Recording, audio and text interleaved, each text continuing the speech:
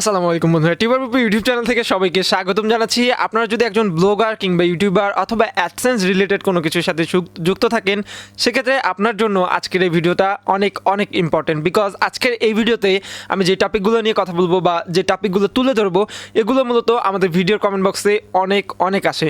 তো পুরো ভিডিও জুড়ে আপনাদের সাথে থাকবো আমি বিপ্লব ফ্রম TUBERbipu। চলুন শুরু করা যাক।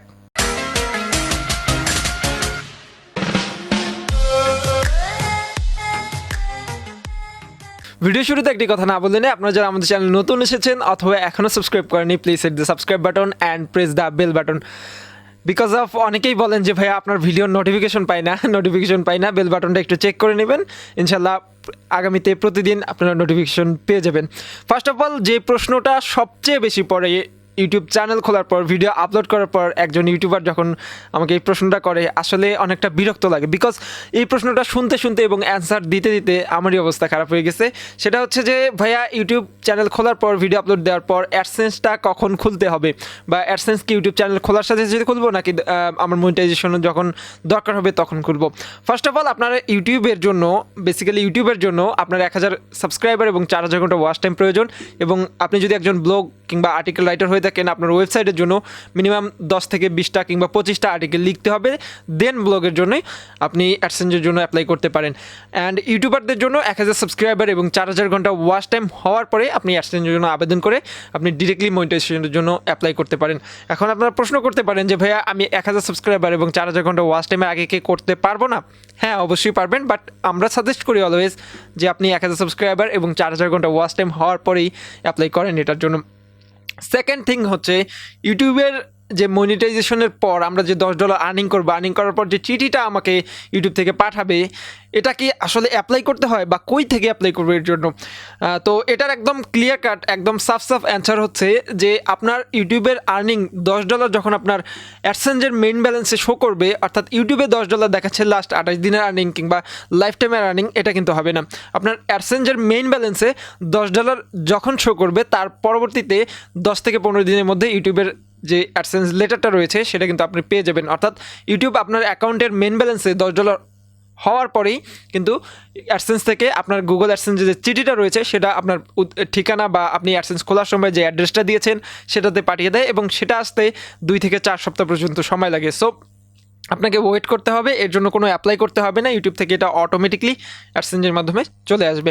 সো আই হোপ যে ব্যাপারটা ক্লিয়ার হয়েছে এবং আপনারা এই বিষয় নিয়ে যে প্রশ্নগুলো করেছিলেন সেগুলো ক্লিয়ার হয়ে গেছে। সেকেন্ড থিং, সেটা হচ্ছে ভাইয়া, আমি কপিরাইট ভিডিও দিয়ে যদি 1000 সাবস্ক্রাইবার 4000 ঘন্টা ওয়াচ টাইম পাই এবং পরবর্তীতে যদি আমি ভিডিওগুলো ডিলিট করে দিই, আমার ভালো কন্টেন্ট আপলোড করি, দেন আমি যদি মনিটাইজেশনের জন্য অ্যাপ্লাই করি, সেটা অ্যাপ্রুভ হবে কি না?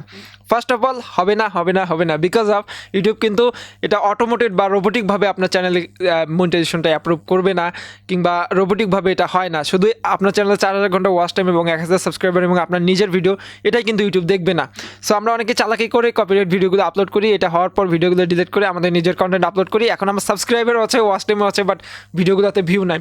ইউটিউবে যখন একজন প্রতিনিধি কিংবা ইউটিউবের কোনো ক্রিয়েটর যখন আপনার চ্যানেলটা যদি ঢুকে দেখবে যে আসলে ব্যাপারটা উল্টো বা এলোমেলো লাগছে, ভিডিও ডিলিট হয়ে গেছে, এত ভিউয়ের কোনো ভিডিওই নাই বা এত ওয়াচ টাইমের কোনো ভিডিওই নাই, সেক্ষেত্রে কিন্তু তারা আপনার চ্যানেলটা ডিক্লাইন করে দিবে, অর্থাৎ আপনার চ্যানেলটা ডিসঅ্যাপ্রুভ হয়ে যাবে। এবং যতদিন পর্যন্ত আপনি আবার নতুন করে 1000 সাবস্ক্রাইবার, অর্থাৎ যে ভিউগুলো হয়েছে আপনার নিজের ভিডিওতে, যে ভিউগুলো হবে বা ওয়াচ টাইমগুলো হবে, সেগুলো যতদিন পর্যন্ত কমপ্লিট বা ক্লিয়ার না হয়েছে ততদিন পর্যন্ত কিন্তু আপনি মনিটাইজ পাবেন না।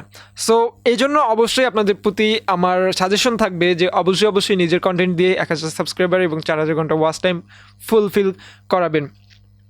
এখন আসি 2021 সালের রুলসগুলোর ব্যাপারে। 2021 সালের রুলসে তেমন কোনো পরিবর্তন আসে নাই, তেমন কোনো চেঞ্জও নেই।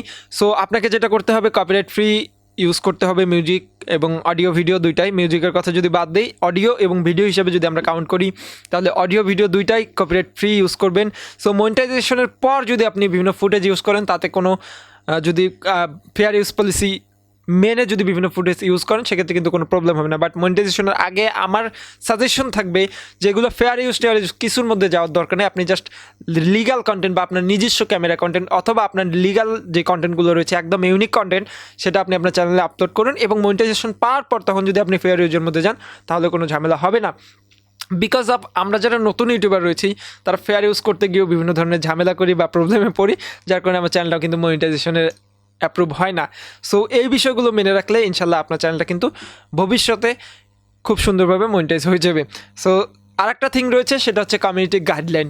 তো আমরা কি করি, থাম্বনেলটা একটু ক্লিকবেট করার জন্য বা মানুষ যাতে দেখেই ক্লিক দেয় এই ধরনের করার জন্য আমরা একটু অ্যাডাল্ট টাইপের কিংবা আমরা একটু সেন্সিটিভ করে ফেলি থাম্বনেলটা।